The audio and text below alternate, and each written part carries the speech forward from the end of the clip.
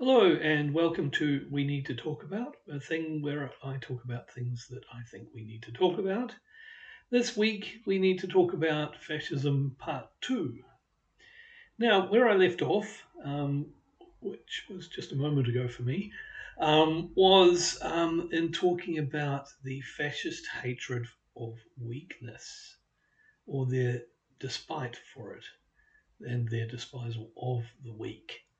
And this is, of course, related to their self definition as being strong, which they see themselves as strong, maybe in a somewhat of a fantasy sense. Not necessarily, of course. They can certainly, I would not try to say that those who see themselves as street fighters are not good at being violent, for example. They certainly are good at being violent.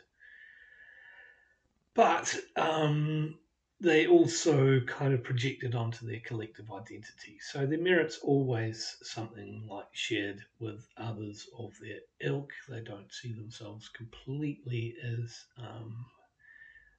islands or singular. Otherwise, they would not be associating with others. So the collective identity, the race, the class, the whatever, the ability to be a successful tech bro, whatever. This is how you are strong and others are weak, and you have merit and they are worthless, and so forth. And of course, they create a hierarchy so that they have a tendency to believe that some people are so lacking in merit that they should be, well, killed or put in solitary confinement with VR headsets or whatever. So the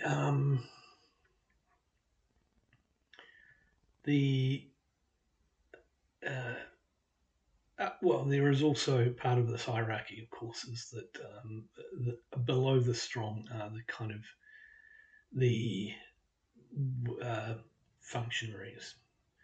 And one of the brilliant things about a fascist hierarchy is that you're convincing all of the people below you who you see as mere menials, you're convincing them that they are part of the strong group and they see themselves as having the merit that you don't actually see in them.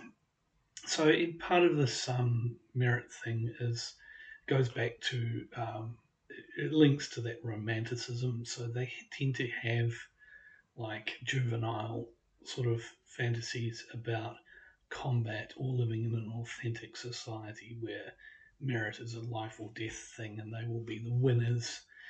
They're really, really um, big sufferers of main character syndrome, let's say. Again, like this kind of this, um, there's a split as well. I talk about these romantic street fighting types when I've already pointed out at the beginning that most fascists don't present that way, especially once fascism becomes uh, more of a broadly accepted um, uh, tendency. So in those cases, it is maybe a more buried part of them. I think it's still part of them, and I think I like to split people in general, and not just fascists, but in general, I like to split people into the quixotic and the panzerist, and the quixotic ones are the kind of ones out in the street doing the thuggery, and the panzerist ones are the ones who kind of tend to just project onto others that role and still get feel a sense of glory as if they somehow are partaking in it. Um, and especially if they follow a leader who embodies that.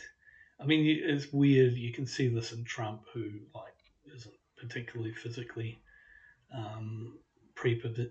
prepossessing, but their way of um, the imagery that they use to show their love of Trump shows him as very muscular. I mean, this is normal practice for propaganda. Admittedly, it's nothing they invented, but the idea that of him as a leader is translated automatically into a certain physical muscularity and prowess with basically violence. Going back to what I said about the fascistic messages in Hollywood and action movies, and not just Hollywood. Um, anyway, so one of the attractive things for fascists is, especially the panzerist ones, is to create a way of reifying the hierarchies of merit that they believe in. And they do this through like systems of measurement and datification. So, so the obvious one is an IQ test, and I mentioned the bell curve. I didn't explain what I meant by the bell curve last episode. It's a book. It's a book that uses IQ data to argue that there is a racial inferiority in intellect amongst people of African descent. Now, these sorts of ways of measuring. If you think about the Nazis with their, purported ways of seeing if someone was Jewish. Not that they ever used these. These were used ideologically. They did not try and figure out who was Jewish by looking at their eye color and measuring things. This was more. This isn't about practical things. This is pure ideology. This is about creating a, a racist basis for argumentation. For a belief system. So they had that sort of thing, and you can go back to things like phrenology, physiognomy, and so forth, where people have tried to create these ideas, and in the end, is no different than creating a category like terrorist, which has no intrinsic meaning. It's an empty signifier, a floating signifier, whatever you create these sorts of terms in order to control the narrative, not to actually try and explore ideas or understand anything. And it's done as if it's science, as if it's uh, exploring things, finding out things through an empirical, creating an empirical basis. But again, they don't use them practically; they use them to create the impression that there is a practical usage. So the IQ test is, of course, problematic. The person who invented them said that they're obviously going to be culturally biased, and was worried about their misuse in such terms. And one of the great arguments in in the bell curve, which shows you the quality of the book, is that that it says that it can't be just that Africans have different cultural knowledge than we do, because we also tested African Americans, and they also don't do well, and they live in exactly the same society as all the white Americans. Um, so it just like the bit like I mentioned Milton Friedman leaving this big black hole to be filled by racist belief. He never discussed any of the systematic racism that black people faced when they migrated to US cities that migrants from other countries never faced. He just sort of made this unfair comparison and tried to create this space for racism, and this is the same with the bell curve. It's widely condemned, but it's believed by a certain type of well, fascistically inclined idiot, shall we say.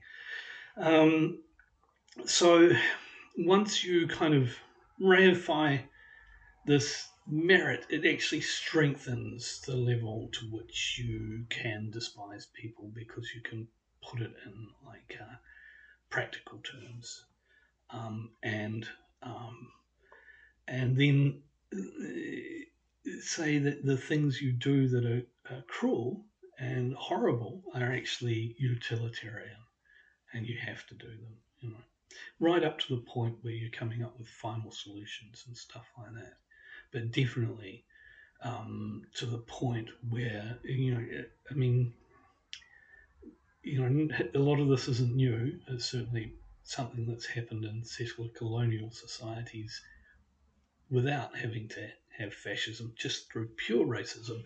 But the idea that because of the nature of the people you are dealing with, they have to be dealt with more constraint, more state violence, more surveillance, more control, and so forth, as if this is a perfectly neutral thing to do and isn't a form of violence at all and doesn't have harmful effects. Whereas, of course, it does. And they create these, it helps them ratify their inside group, outside group sort of thing.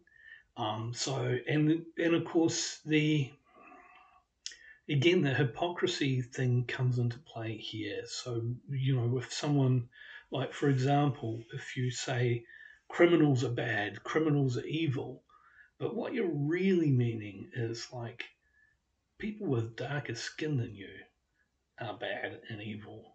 And then a white person does something, or a white pastor, let's say, someone respectable, because it's about poor people often is the same as it's about race. Then suddenly they're not really a criminal. A criminal means something else. It's not actually defined by committing crimes. It's a category of person who is bad, and then if someone good commits a crime, then they're not a criminal, because a criminal is someone bad. Tautology. And then this is kind of the point at which, once these sorts of things take control, you can see the underlying conservatism in fascism, because they reify, well, they replicate and strengthen the sort of social hierarchies that already exist in society. And if you think of Will Hoyt's law, which you may have heard of, which is conservatism consists of exactly one proposition, to wit, there must be in-groups whom the law protects but does not bind, alongside out-groups whom the law binds but does not protect. It actually shows that when he's talking about conservatives, he's actually talking about a fascist-informed conservatism in the US that's actually been around for forever. Basically, it is like, if you think about conservatism in other places, they would have codified privilege. They wouldn't pretend to have equality before the law, because they would have social classes that have a certain amount of privilege that goes with them. So in the US, again, it goes back to this: fascism as a response to having having levels of democracy. So the US doesn't recognize social classes formally. Obviously, it had Jim Crow, it had slavery, Jim Crow, it had racial caste system, but on the class level, it didn't have that. So in the anti-poor conservatism actually already contains a fascist strain. So the way in which, like, if you think about like a fascist takeover of government, again going back to this idea: are they anti-authoritarian? Are they radical? Well, what happens in practice is not that they undo previous aspects of social hierarchy. They just introduce a new level, a new bunch of people, a party hierarchy or whatever, a tech bro hierarchy. It doesn't matter. They definitely don't mess with the old system. So again, this is why they have worked well with the forces of capital, and also, in the case of the Nazis, they got on pretty well with the aristocracy as well. So when they're inequality, their love of inequality, of course, they have an interesting relationship in terms of misogyny, in terms of inequality of the sexes. Now, there is one I say it's interesting. I mean, they're misogynist. They tend to be misogynist, and if they don't start off misogynistic, they will definitely get there pretty quickly. The reason is because of the way they think about things. So, if you think going back, like Nazis liked to control women.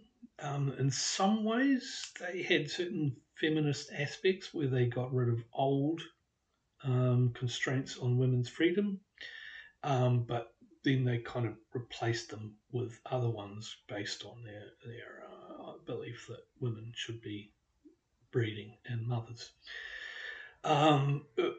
If you compare that with like the British Union of Fascists, it was obviously not. It never came to power, so it's a very different proposition. You're not really seeing the full truth with a movement that's not in power. But they were feminist in many respects. And then you compare that with the Falange in Spain, who were violently misogynistic and set women's rights back incredibly. They were, appalling to women. So, misogyny, if you look at it in this kind of political ideological lens, it's sort of like it's not a necessary part, but I think it becomes a necessary part because of the super ideological things that I'm talking about are the real essence of fascism, and that is because it's a point of difference, and a point of difference is something you can exploit to attack other people, right? So whether it's race or class or sex, these points of difference and the hierarchies of value that go with them become increasingly extreme as fascism gains in power, because they can be used to bully people, basically.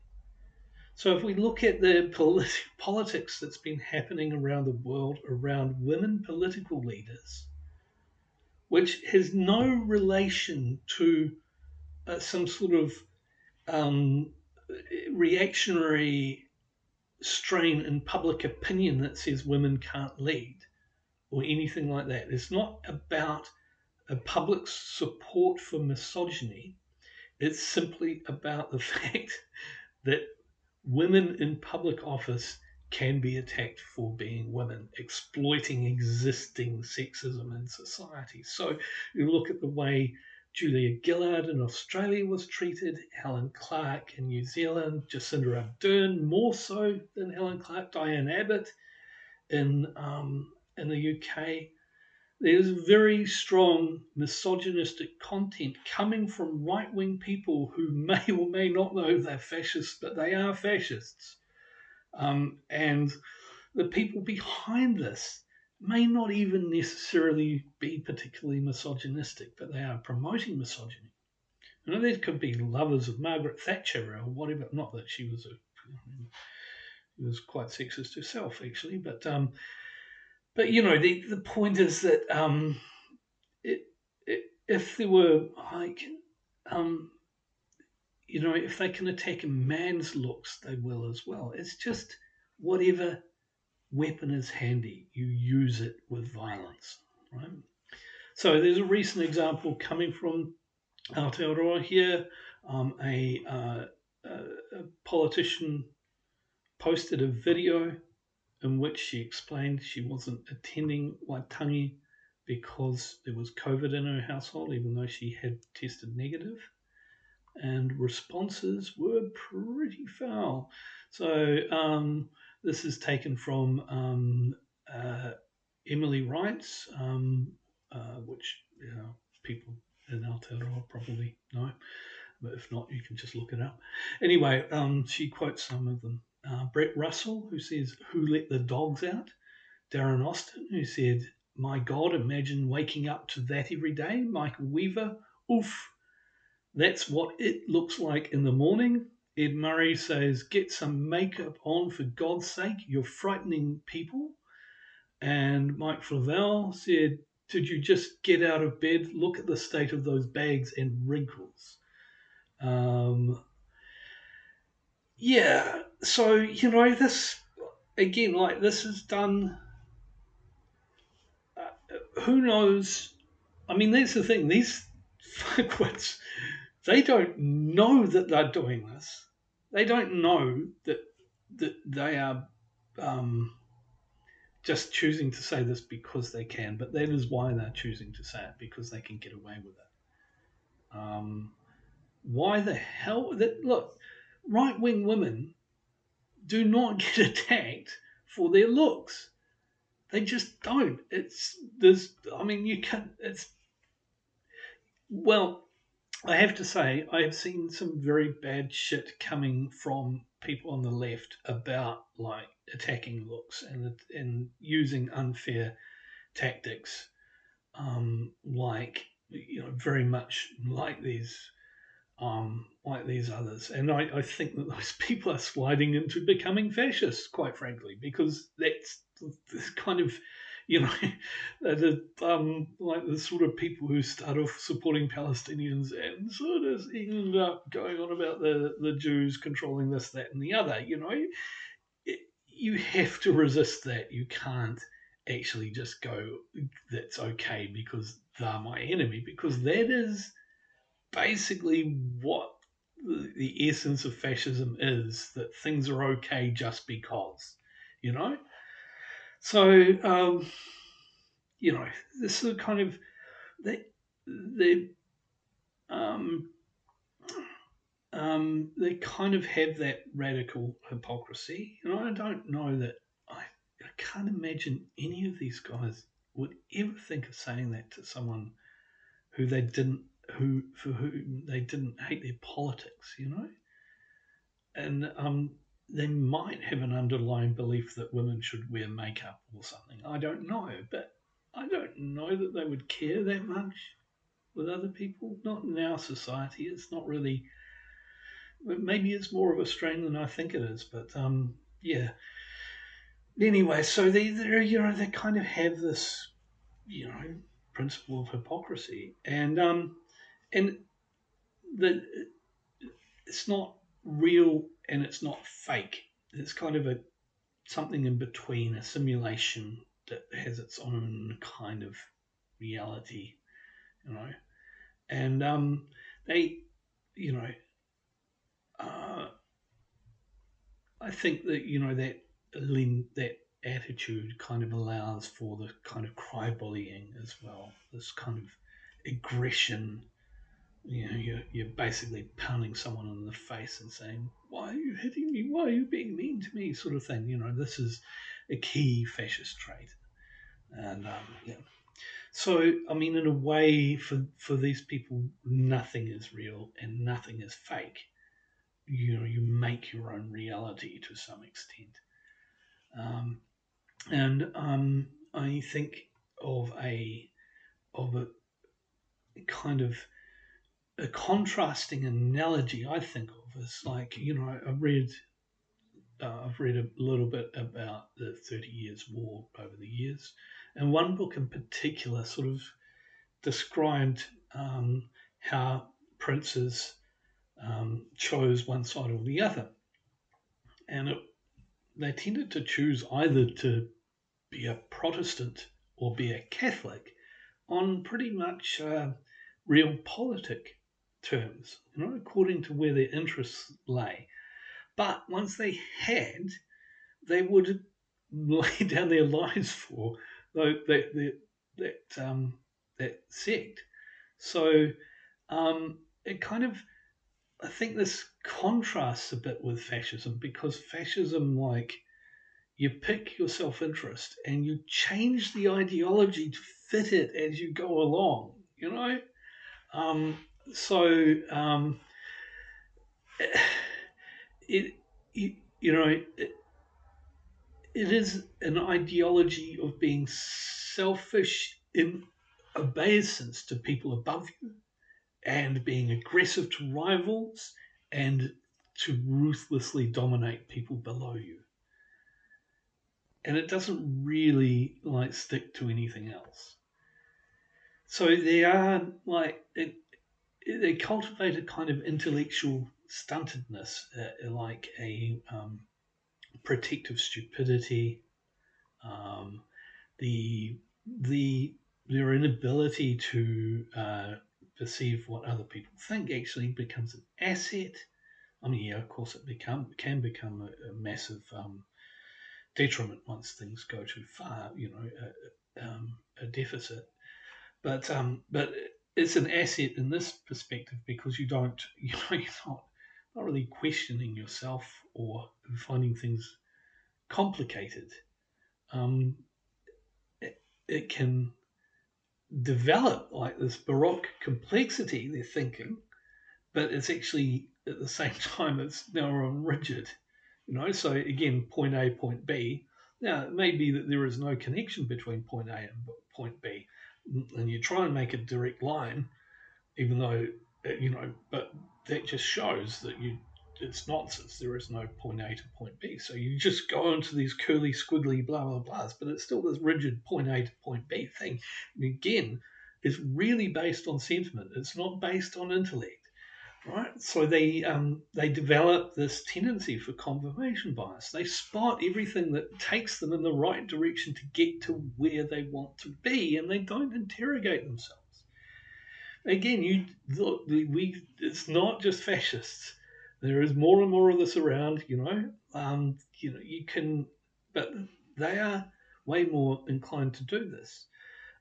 So um, we again. I mean, Christo-fascists are maybe the easiest to see this sort of thing in.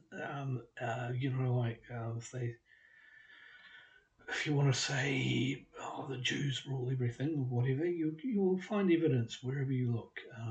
If you want to say Satanists are taking over the world, you're taking over Hollywood or taking over the entertainment industry. Guess what? There's a hell of a lot of musicians out there doing literally putting satanic signs on things. You don't even have to get very creative, but they do get creative. They do get creative by saying that fitting things within that narrative, so that something that actually is very far away from being satanistic will be read as a sign of Satanism, because it shows blah blah blah. And you think that the sort of conversations about wokeness and where they're going on about things like critical race theory, which they never, certainly they don't really care to understand, and definitely don't care to explain to people. But they can create this narrative in which it has this meaning that you can put into all sorts of things that gets you to where you want to go. And they so they create these kind of chains of confirmation. And so meaningless details can be, smoking guns suddenly. And this is true of crackpot realism as well. Crackpot realism feeds into into fascist tendencies, because you are deliberately interpreting things for maximum threat and maximum and so forth. We under the Global War on Terror, they had the 1% doctrine, which is like you have to treat, you're deliberately, intentionally and willfully distorting your own intellect to produce these answers, which could be described as dangerous as well, and certainly cost many people's lives. So, obviously, one of the things that goes along this is that it's not just about the individual. People who believe in this sort of stuff tend to gaslight themselves and others as well, creating these self-fulfilling, circular frameworks of reasoning that where you get to the answer you want, which is informed by strong emotions, so that you react emotionally to people who try and break that bubble. And they inculcate that sentimentality to try and block critical faculties. And you can see the propaganda that is used, and again, it's not just fascists. I know it's not just fascists, but this is for the same purpose as used by fascists.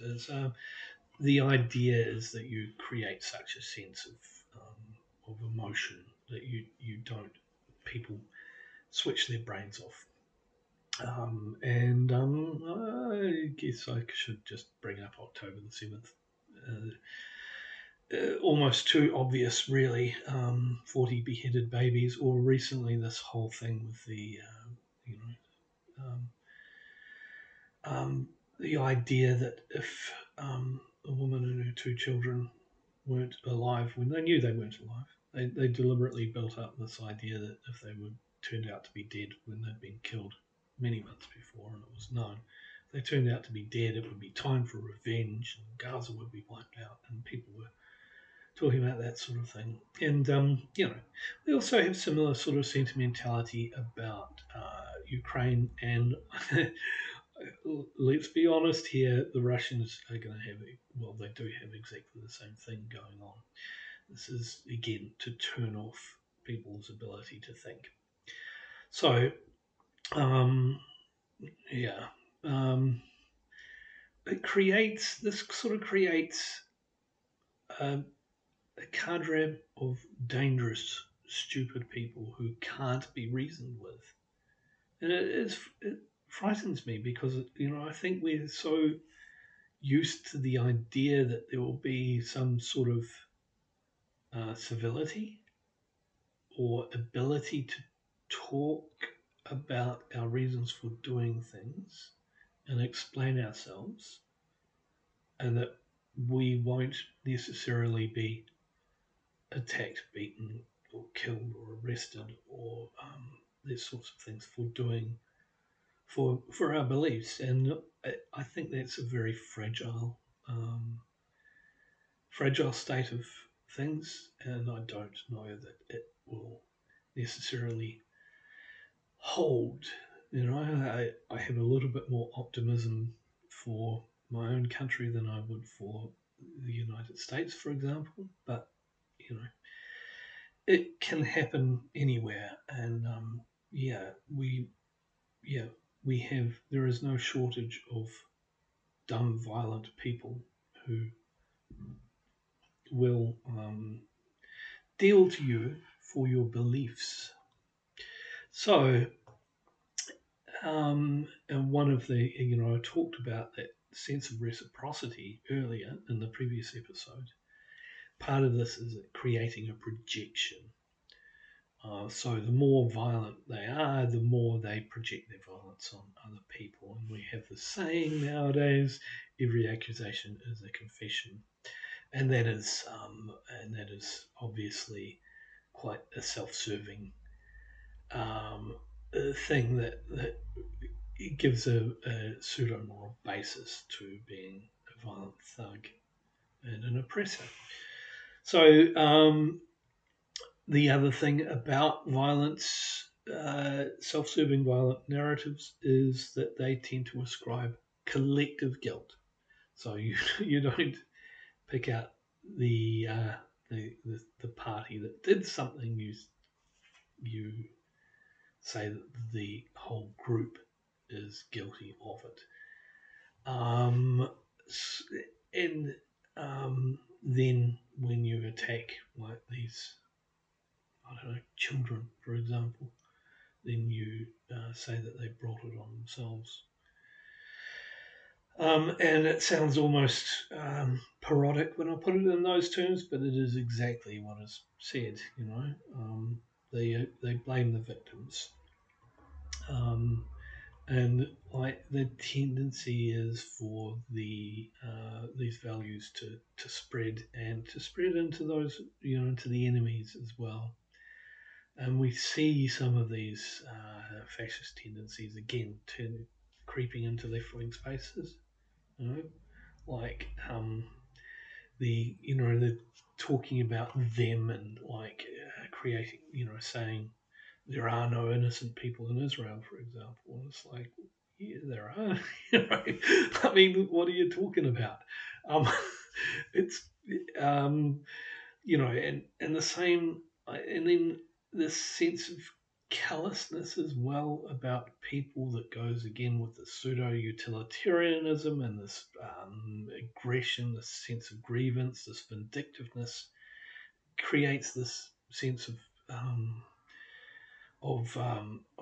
callousness and love of the suffering of others. You know, so a sadistic impulse.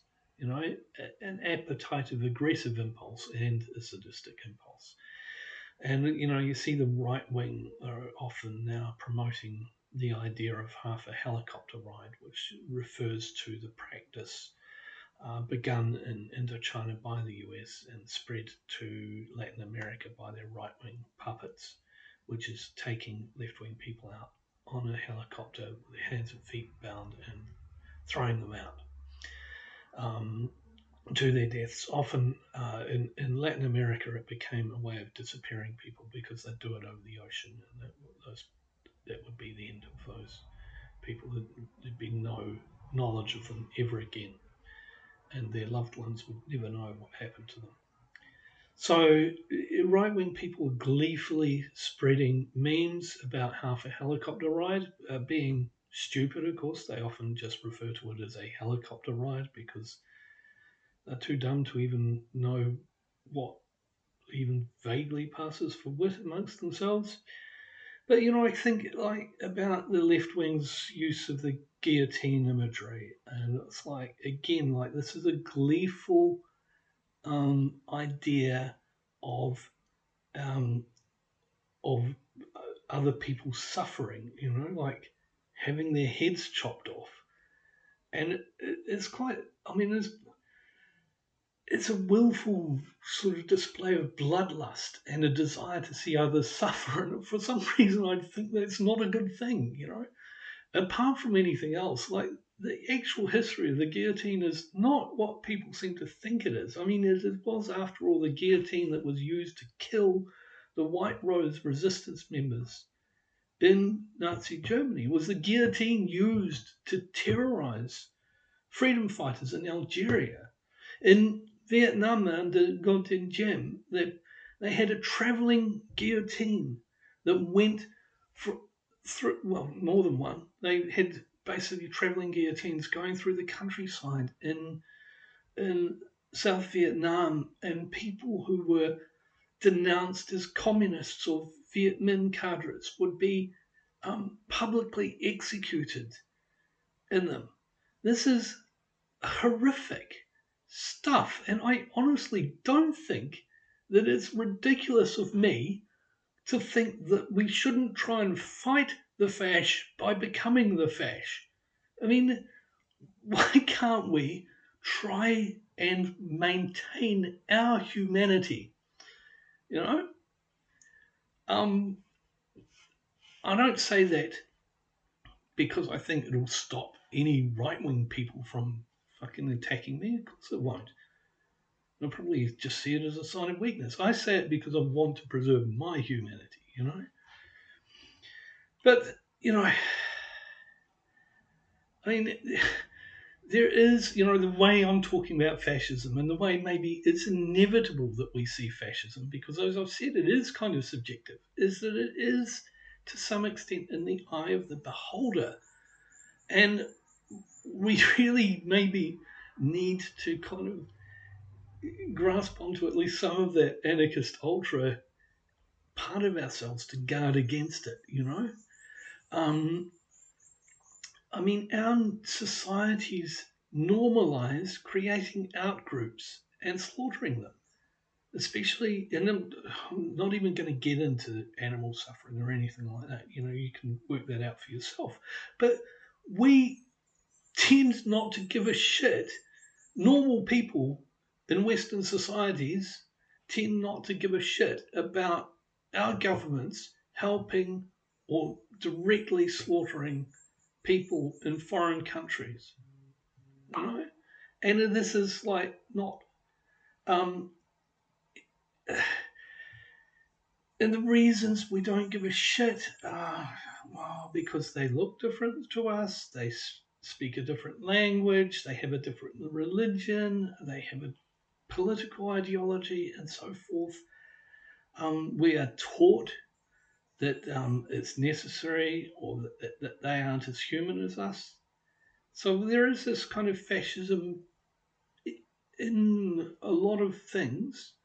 And again, like you go too broad, then the term loses all meaning as well. The same as it being too narrow. But you know, it kind of, I think we can see it as a fascist tendency at least.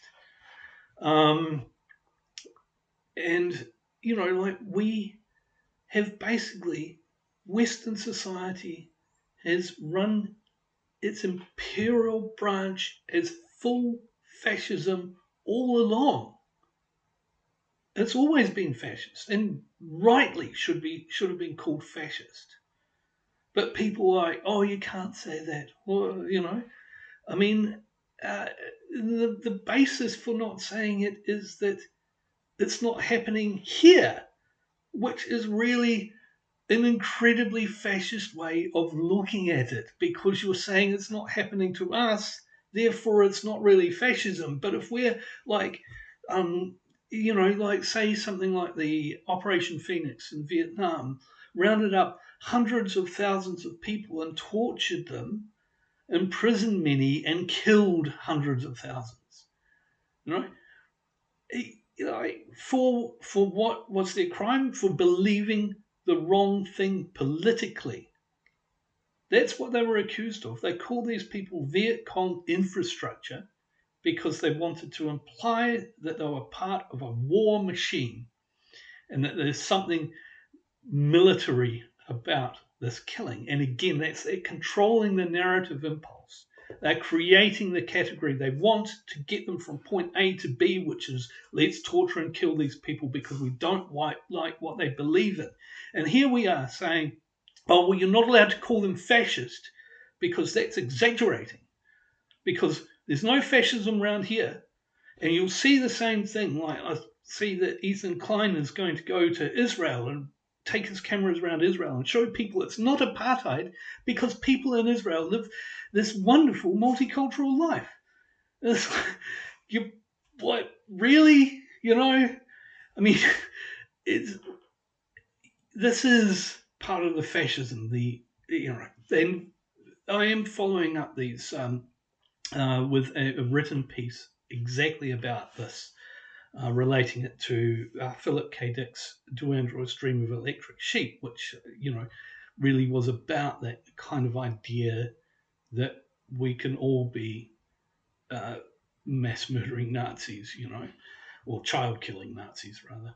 Um, anyway, so apart from the fact that obviously part of fascism is always a human potentiality, we have to look at how it has come to us in particular. And as I've said, this is a dispersed form of fascism.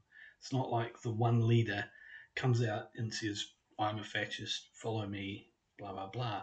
This is it, networked but dispersed, you know. So I think that, you know, as I've said, the US empire was fascist abroad anyway. And that's really important to understand.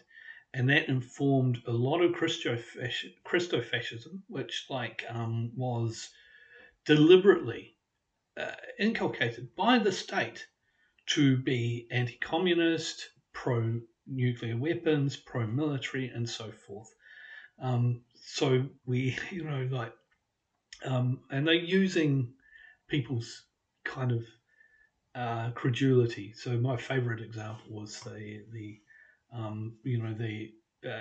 peace symbol that came out of the campaign for nuclear disarmament was designed by a Christian, and it's a circle with a broken cross, and he wanted that to represent an offence against Christian beliefs, you know, but like a retired Air Force colonel went into the Bible Belt and started preaching to people that this is an anti-Christian symbol because it's showing a broken cross because they hate Christ. And of course, they just pick it up and run with it, and it goes all around the world. Loads of Christians around the world thought that became convinced that the peace symbol was against Christ, despite which is ironic and also horrible. Anyway, so I think that if we want to understand the rise of this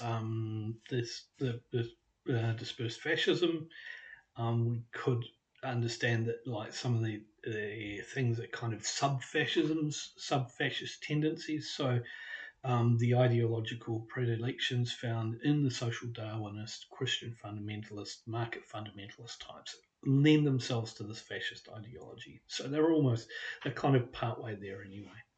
And the way in which the US embraced anti-communism after World War II, partly was through direct continuation of Nazism by recruiting Nazis like Reinhard Gehlen and so forth, but also the ideology often very much resembled the Nazi anti-Bolshevik ideology.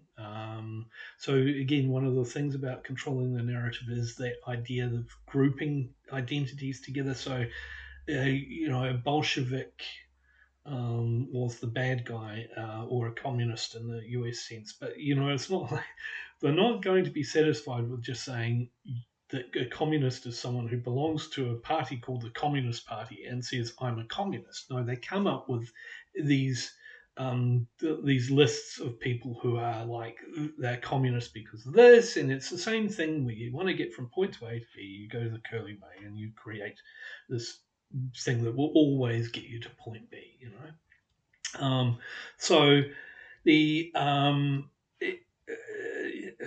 soon after World War II, like within a decade, it became just um,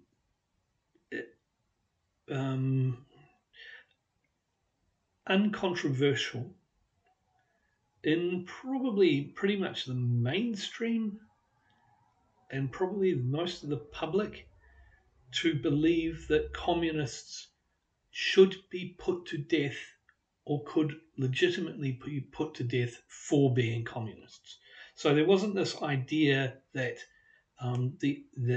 communism is a political belief. Political beliefs should be, people should only be punished for things they do, not for anything they believe, and so forth. They just skipped right over that. They creating a narrative in which communism was a threat, therefore individual communists can be liquidated. So in retrospect, we still have that. It hasn't gone. The way people talk about communism now, and communists rather than communism, actually communists, is still as if that is a reason for killing them. Now,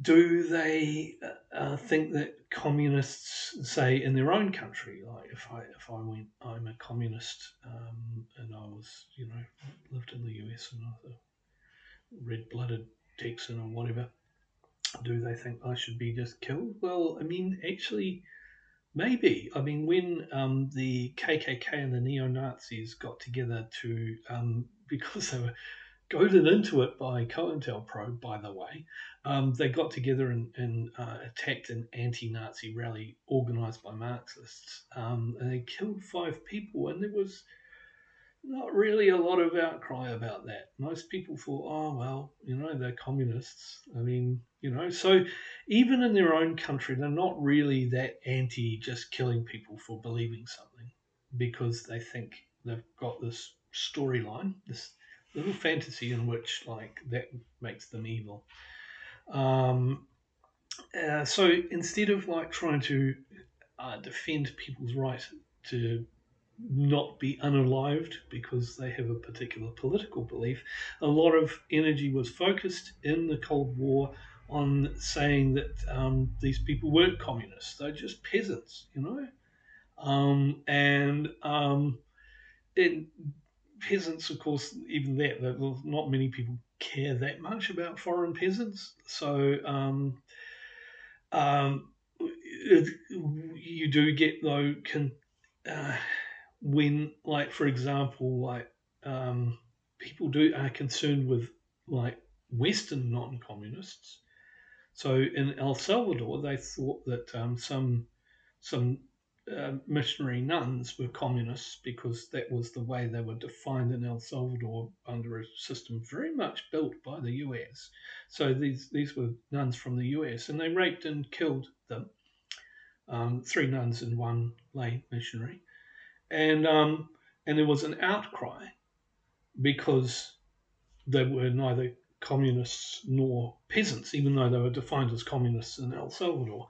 But, like, nobody cares that they raped and killed peasant women in El Salvador very much, and they um, definitely didn't care that actual women guerrillas who were fighting often, like, out of desperation, fighting because of the horrible fucking regime they are faced with, fighting because whether they call themselves communist or not, they're fighting for their own liberation.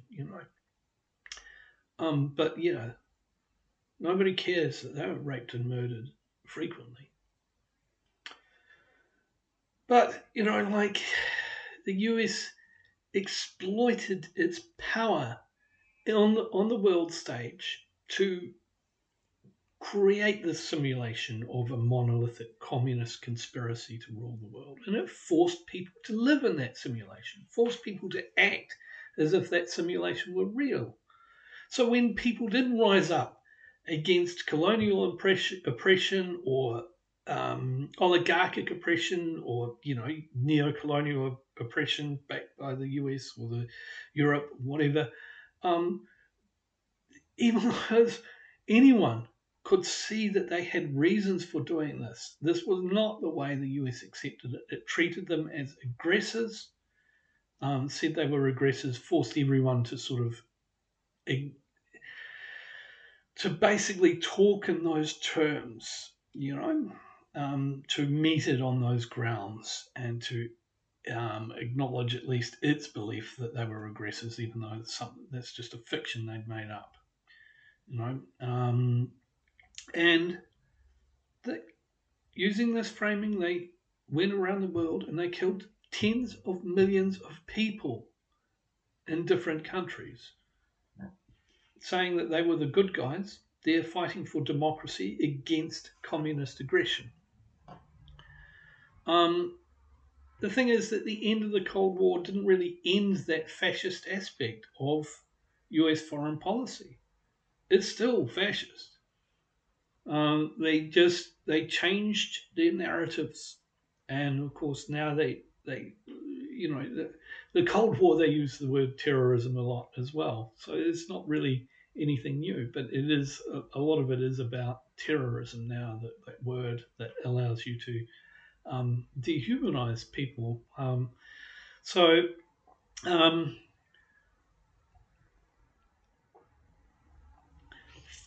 and the other thing is, of course, some of the regimes that they brought into being, some of their client regimes were pretty overtly fascist as well. I mean, you know, I won't go into details about that. I'll move on. But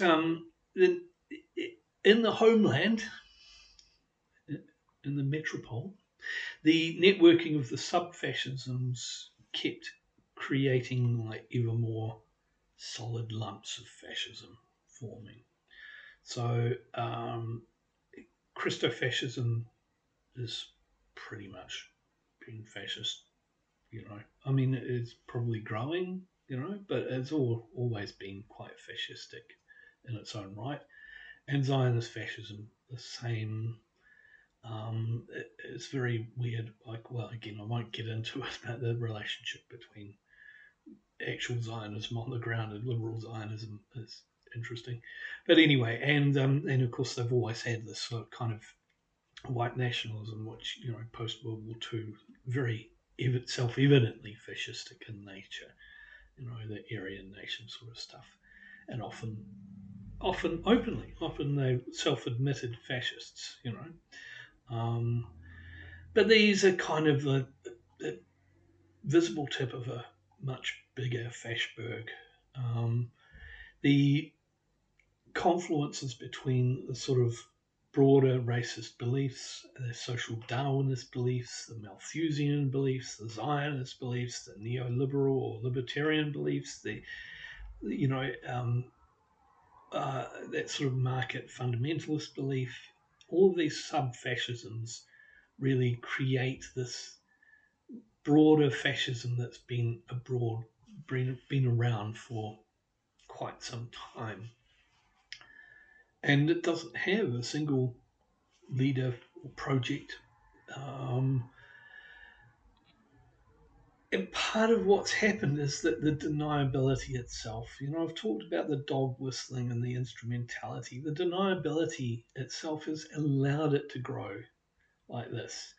Um, and I mean, there is, you know, it's true that there is also a certain pluralism about it, and of course, it may well be that might bring it down rather precipitately once these people actually realize that they have very different ideas about how the world should run.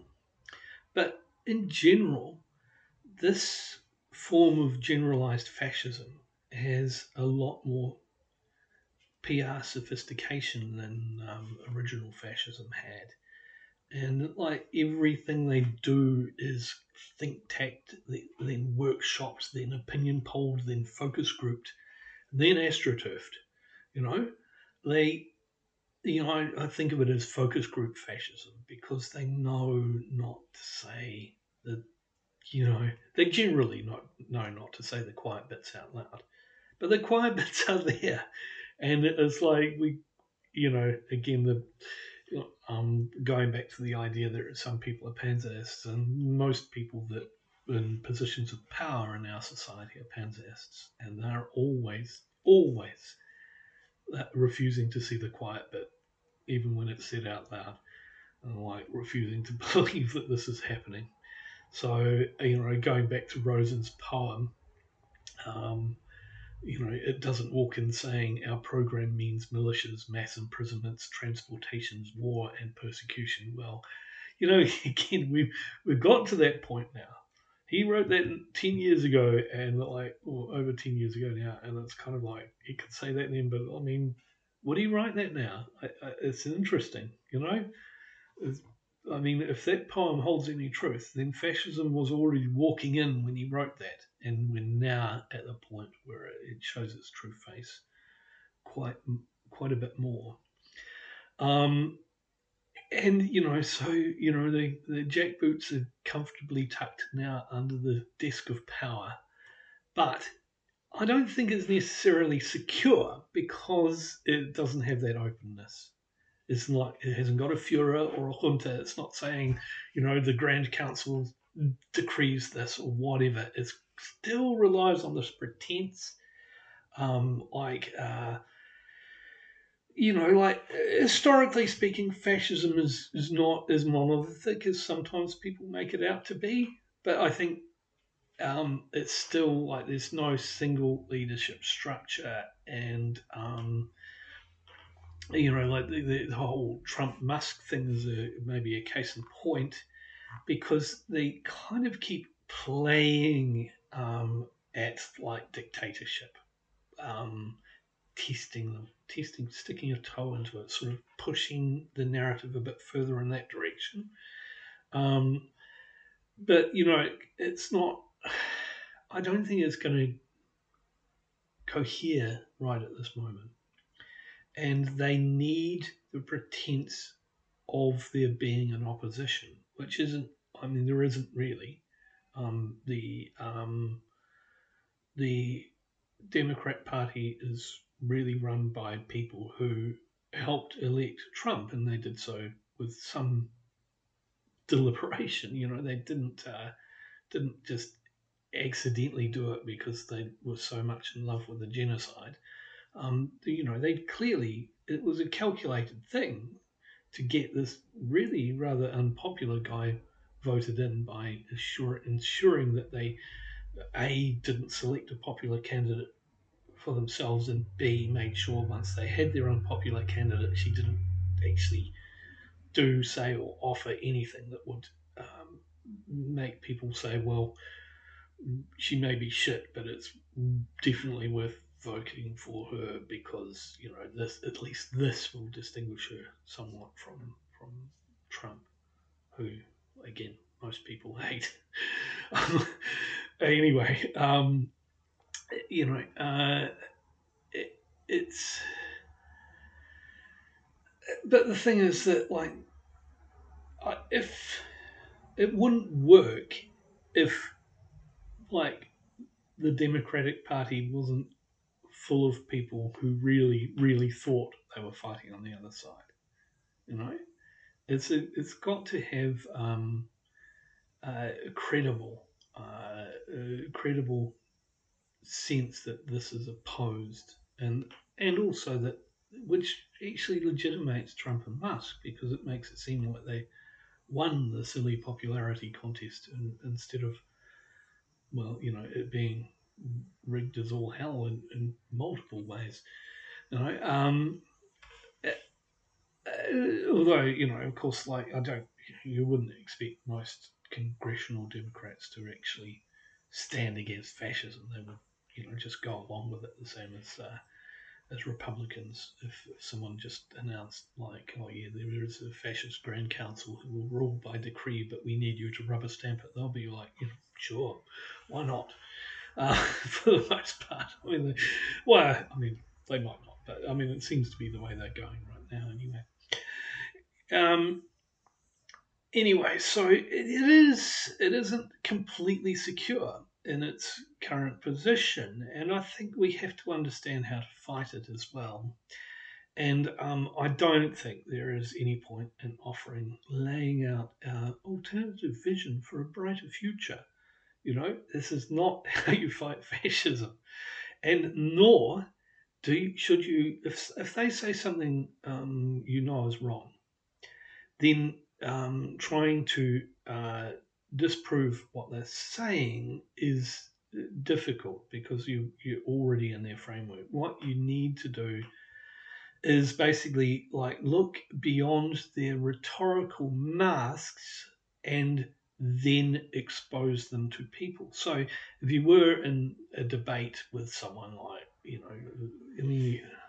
could be online, could be whatever, but and I'm not saying this is always practical, but I'm just saying that the general tenor of what we do should be to say this person is a fascist, this is what they actually want, this is what is behind their rhetoric. That way, they have to demonstrate that their false rhetoric of, like, human rights, equality before the law, we hate we hate racism, blah blah blah. You know, that this they have to argue for it, whereas and you can keep making your arguments for why they are actually a fascist. So and we have a fascist here called David Seymour, who is attached to a broadly libertarian party, who believe in small government and all that sort of thing. And he often cites liberal norms and pretends to be universal about his thing. And he talks about Karl Popper's open society and its discontents, and its enemies. Sorry. He also says that he's a believer in Nelson Mandela, even though he really, really hates Palestinians, and doesn't really conceal that particularly well. So this guy, I mean, he's going in a tradition, and I think Popper is genuinely in this tradition. But so, and I think this is something that people need to understand. So was fucking Hitler. And I'm not saying Popper or Seymour is Hitler, but the tradition is this: moral relativism for us and freedom bombs for you. You know.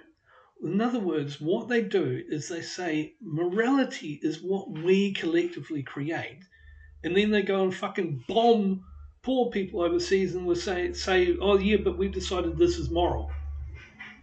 It's fucking hypocritical, and this is where they're at. They talk about universal values, but these are values created in a moral relativistic sense, and they don't really have universal values. So you need to kind of pin the weaseliness down, and I think for this you can't go past the whole issue of Palestinian freedom.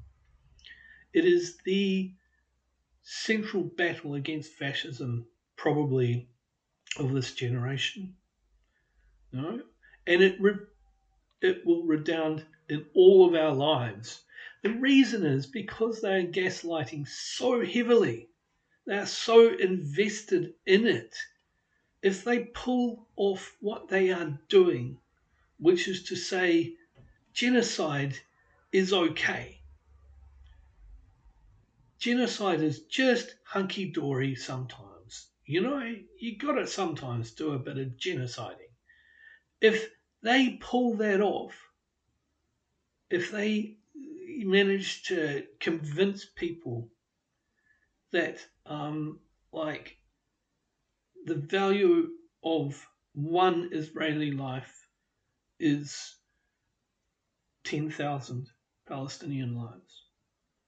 If they say if they manage to get away with making a massive, massive, appallingly disproportionate fuss about 3 prisoners being undernourished and not looking very good when they were released, while not ever talking about the people who've been tortured, the Palestinian prisoners who've been tortured, and those who need hospitalization, those who've been maimed, those who've been killed. If they get away with that, they will get away with much more against us, against everyone. I mean, this is why Martin Niemöller wrote that poem, that famous poem, First They Came for the so forth, there were different variations of who they came for first and so forth, but it kind of becomes politicized a wee bit. But actually, tellingly, who did the Nazis come for first? They came for a very small conservative party. Was their first target, because they're not ruled by an ideology. They do whatever actually suits them. If that means a non-aggression pact with the Soviet Union, so be it. Um, that's again part of this principle of hypocrisy. So yeah, but Niemoller was right in the sense that we let it happen to one lot of people, it will happen to another lot of people, and eventually we will be on the list. So you want to fight fascism, then stand up for Palestine. Right. So yeah, I said I had a book to recommend, and that book is "Do Androids Dream of Electric Sheep" by Philip K. Dick. I am going to be writing a piece about fascism, how we have this ability to um, embrace the politics of fascism and still think we're living um, in an ordinary moral society. Obviously, you can relate this to things like the zone of interest and so forth. It certainly there's been a lot of literature about how Germans felt that way under Nazi rule a lot of the time. So I will just leave that as my recommendation, and I will see you again sometime. Thank you for watching.